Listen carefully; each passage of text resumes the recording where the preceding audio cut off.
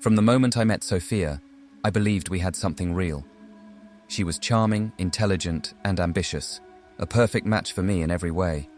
We both worked in competitive fields, she as a financial consultant, and me as an executive in luxury hospitality. Our demanding jobs meant we understood each other's busy schedules, or at least, that's what I thought.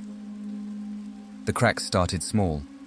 Sophia, who once made time to have dinner with me every evening, began working late more often. I told myself not to overthink it.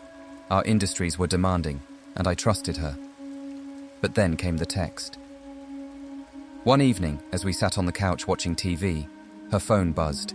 She grabbed it quickly, laughing nervously before muting it and turning it face down on the table. "Who's that?" I asked casually. "Just a client," she replied, not meeting my eyes. "He's been a bit needy lately." Her answer seemed plausible, but the way her shoulders tensed and her fingers clutched the phone told another story. That night, doubt crept into my mind, and it wouldn't let go. Over the next few weeks, I started noticing patterns. Sophia's late nights coincided with an increasing number of missed calls and texts that she dismissed as work emergencies. She became more distant, her once warm demeanor replaced by cold indifference. I couldn't shake the feeling that something was wrong, so I decided to investigate. One Friday evening, after she left for yet another supposed client meeting, I checked her laptop. She had forgotten to log out of her email, and what I found confirmed my worst fears. There were dozens of messages between her and a man named Adrian. They weren't just flirtatious, they were explicit, detailing their plans to meet at fancy restaurants and boutique hotels. My stomach churned as I scrolled through the emails. Adrian wasn't just anyone. He was a married man, and worse, he was someone I'd met before at one of Sophia's work events. The pieces fell into place, the stolen glances, the way they had laughed at each other's jokes a little too much. It all made sense now, but I wasn't ready to confront her yet. I needed more. Over the next month, I became a man on a mission. I hired a private investigator to follow Sophia and document her movements. The pictures and videos he provided left no doubt. Sophia and Adrian were having an affair. The investigator also uncovered something else. Adrian's wife, Amelie, was completely unaware of her husband's double life. The irony wasn't lost on me. Adrian, who had so boldly pursued my wife, had no idea that his own actions were about to come crashing down on him. I reached out to Amelie anonymously, sending her a package with copies of the evidence I had gathered. I included a note that simply read, "You deserve to know the truth. Call me if you want to talk."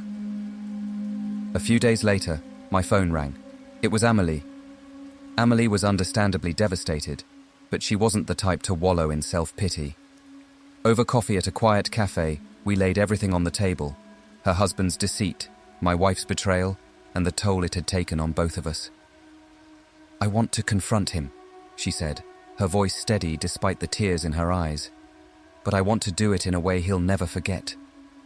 Her determination sparked something in me. "What if we confront them together?" I suggested. "They think they've gotten away with this. Let's show them they haven't." Amelie smiled for the first time that evening. "I like the way you think." We spent weeks planning the perfect confrontation. The stage was set for a Saturday evening when Sophia had told me she'd be working late again.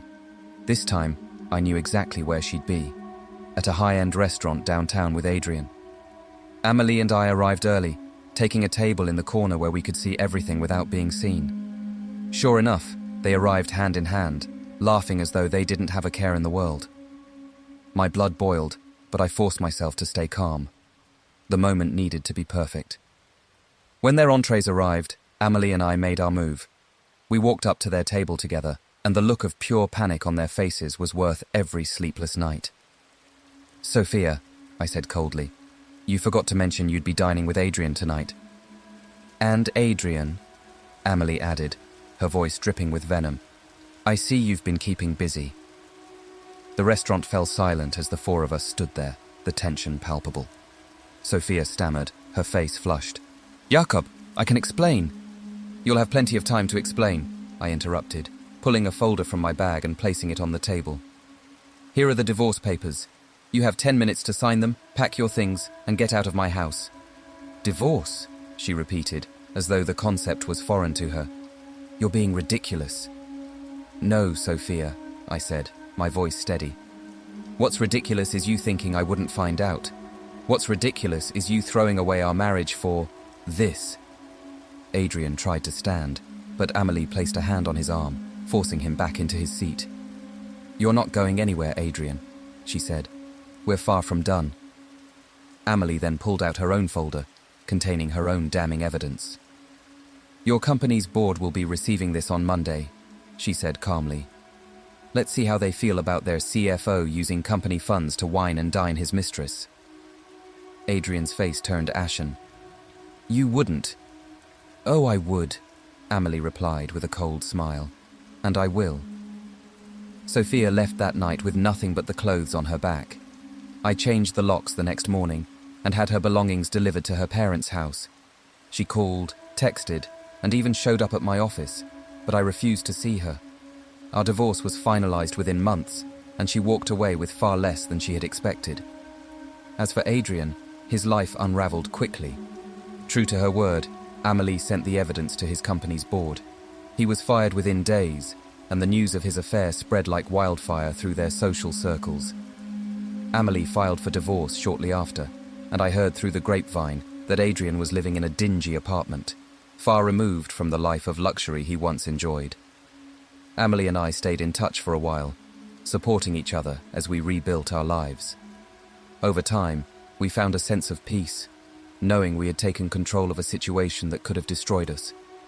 Betrayal may break you, but it also reveals your strength. Sometimes the best revenge is not just exposing the truth, but ensuring the ones who hurt you will never forget the consequences of their actions. In the end, justice isn't just about what you lose, it's about what you gain when you take your power back.